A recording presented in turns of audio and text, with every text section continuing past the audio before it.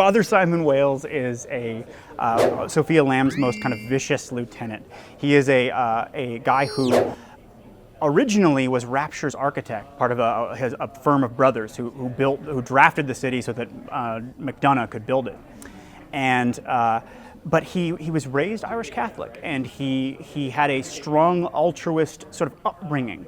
And when Rapture fell, he felt that his sins were being punished. And Sophia Lamb took that faith and manipulated it, turning him into a sort of martyr for her cause. She is partially inspired by cult leaders like Jim Jones of the infamous Jonestown, who was actually building a church mostly to promote communism. So at any rate, Father Simon Wales is typical in that he is deeply connected to the story, and that he is a fierce opponent with his own custom environment that tells you something about that tale.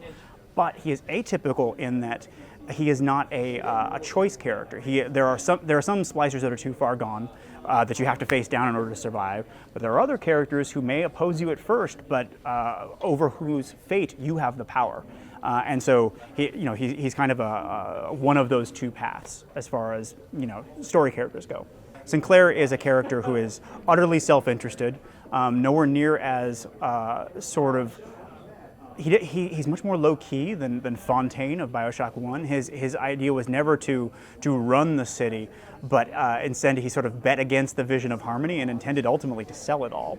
And he was a very quiet guy that walked between worlds. So both in the single-player and the multiplayer components, Sinclair Solutions, his sort of private pseudo-legal firm, which was designed to solve problems that Ryan didn't want to admit that he had, factors in a pretty significant way. In the multiplayer version, you are working as a product tester, splicing basically new plasmids with unknown side effects for his group, so that Ryan doesn't have to admit that he's doing this.